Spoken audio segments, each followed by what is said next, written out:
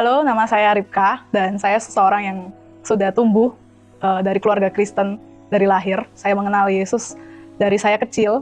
Saya terbiasa mengenal siapa Yesus melalui Alkitab, kemudian sekolah minggu, dan juga melalui terlibat dalam berbagai macam pelayanan dari saya kecil.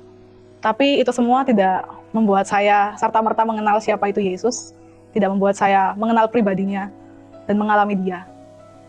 Papa saya seorang pelaut, sehingga seringkali dia tidak berada di rumah. Ada banyak waktu di mana saya menghabiskan hidup saya bersama dengan mama saya.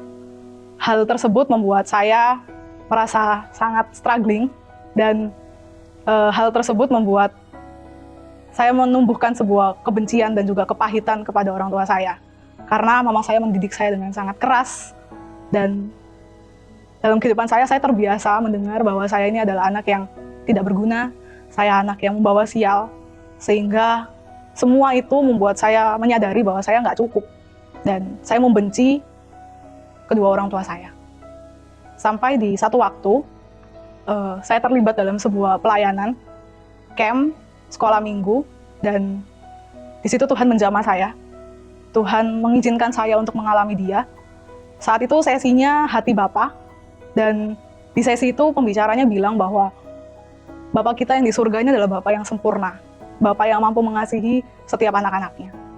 Dan pada saat itu menjadi satu momen dalam hidup saya yang akhirnya saya menyadari, saya mau menyerahkan hidup saya kepada Yesus, karena saya tahu bahwa dia adalah Bapa yang baik. Sekalipun orang tua saya tidak sempurna, sekalipun orang tua saya banyak menyakiti saya, tapi saya punya Bapa di surga yang cintanya sempurna buat saya, yang cintanya luar biasa buat saya, bahkan dia relakan nyawanya untuk saya. Sehingga sejak saat itu saya menyerahkan hidup saya sepenuhnya supaya Bapa yang take control everything dalam hidup saya. Tapi dalam perjalanannya, mengikut Tuhan nggak pernah mudah. Mengikut Tuhan banyak tantangannya. Dan saya menyadari bahwa permasalahan saya dengan orang tua saya ternyata itu belum selesai. Sampai puncaknya, seperti sebuah bom yang meledak di sebuah waktu, saya merasa begitu marah karena saya melihat bahwa kondisi rumah tangga orang tua saya tidak sempurna. Saya melihat bahwa kondisi orang tua saya tidak ada kasih dalam rumah tangganya. Sehingga di 2018, saya memutuskan untuk menyerah terhadap hidup saya. Saya memutuskan untuk, saya nggak mau lagi peduli sama orang tua saya, dan saya mau memutuskan untuk mengakhiri hidup saya. Dan di saat itu saya merasa kayak dunia rasanya berantakan, hancur. Tapi Tuhan Yesus tolong saya, Tuhan Yesus menyelamatkan saya. Saya tidak jadi mengakhiri hidup saya, tapi itu tidak selesai di sana. Karena dalam perjalanannya, saya masih begitu marah, saya masih begitu kecewa. Tapi karena saya sadar bahwa ada yang salah dengan pemikiran saya yang ingin mengakhiri hidup, akhirnya saya menemui profesional, yaitu psikolog. Saya memeriksakan diri saya dan saya didiagnosa memiliki depresi dan mild anxiety disorder. Saat mendengar diagnosa tersebut, saya merasa dunia saya hancur. Saya semakin merasa berantakan karena saya nggak merasa utuh sebagai seorang manusia. Saya merasa bahwa keluarga saja saya berantakan. Saat ini Tuhan izinkan diri saya juga berantakan. Di saat itu saya merasa bahwa saya nggak cukup dan saya nggak normal. Saya cacat. Dan hari-hari saya lalui dengan sangat berat. Untuk saya tidur, saya susah. Untuk saya bangun dan beraktivitas jauh lebih susah.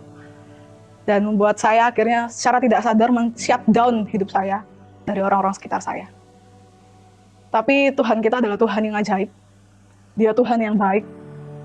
Saat saya rasa saya udah di ujung jalan, saya nggak punya pengharapan, saya datang ke gereja.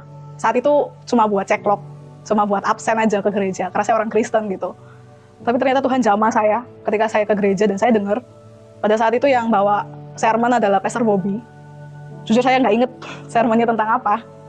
Tapi satu hal yang saya ingat, tiba-tiba di akhir sermonnya, sebelum doa berkat, Pastor Bobby bilang kalau dia rindu berdoa untuk beberapa golongan orang.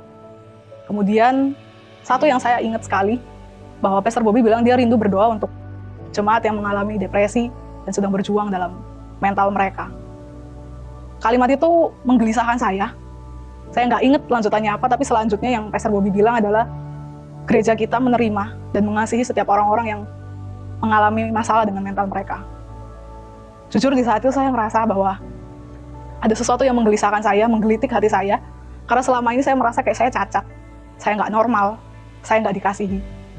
Tapi pulang dari gereja sampai saya di kos, itu masih terus berbicara dalam hati saya. Dan di situ saya menemukan bahwa ternyata yang lagi bicara sama saya itu Yesus. Bahwa Yesus ternyata sangat mengasihi saya, dia belum menyerah sama hidup saya, dia belum selesai sama perjalanan hidup saya. Di situ saya memutuskan untuk kembali, jadi satu turning point paling besar dalam hidup saya bahwa saya tahu kalau mengikut Tuhan gak mudah, tapi saya gak mau menyerah. Bukan karena saya bisa, bukan karena saya mampu, tapi karena saya tahu saya melewati ini bersama dengan siapa. Perjalanan ke depan setelahnya tidak jadi mudah. Ketika saya memutuskan untuk kembali lagi pada Tuhan, tidak membuat saya jadi tidak depresi lagi, atau tidak anxiety lagi secara instan, tapi satu yang saya percaya bahwa dalam masa-masa ke depannya, Yesus ada bersama saya. Yesus menolong saya untuk melewati fase terberat dalam hidup saya. Dan saya percaya Yesus yang sama juga akan melakukan hal yang sama dalam kehidupan saudara.